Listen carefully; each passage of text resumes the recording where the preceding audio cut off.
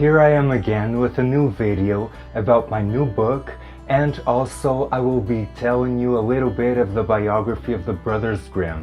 I am so happy to tell you that the paperback and Kindle version of my book will be available this month on Amazon.com, so stay tuned to make sure that you get one. The hardcover version of it, however, is being made as a beautiful coffee table book, so that will take a little bit longer, but I hope that will be available very soon in a bookstore nearby you. This book is my interpretation of 10 of the Brothers Grimm fairy tales, and it is highly influenced by the idea I had of them when growing up, and also what they meant to me.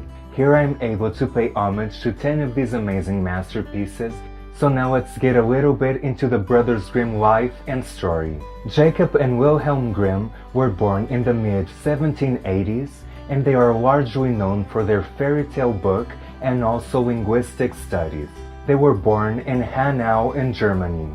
Despite the fact that they are associated with stories like Snow White and Rapunzel, they did not write any of these stories. These come from ancient oral tradition that have been passed from generation to generation.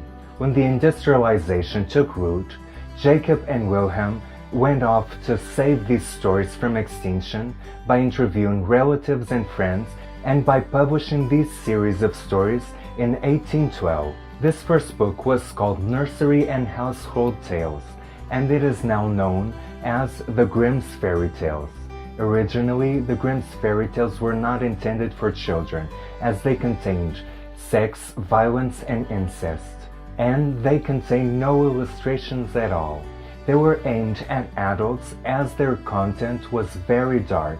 In the original story, for example, Rapunzel got pregnant after a casual affair, and in Cinderella her stepsisters cut off their toes and heels so that they could fit in the slipper.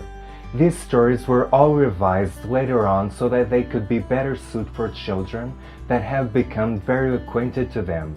The Grimm's collection was in its 7th edition when Wilhelm died in 1859, and it contained 211 stories and very intricate illustrations. Jacob died in 1863, distressed by the death of his brother, whom he was very fond of and had a very close relationship to. Some scholars claim that the Grimm's fairy tale book was only outsold by Shakespeare and the Bible. That is very impressive. Jacob and Wilhelm also published more than fairy tales. They had studies on mythology, linguistics, and medieval studies. They also started to compile a German dictionary, however they died before they completed the letter F. What inspires me the most about these stories are the ancient teachings that they contain, and also the take that they have on human behavior throughout the ages.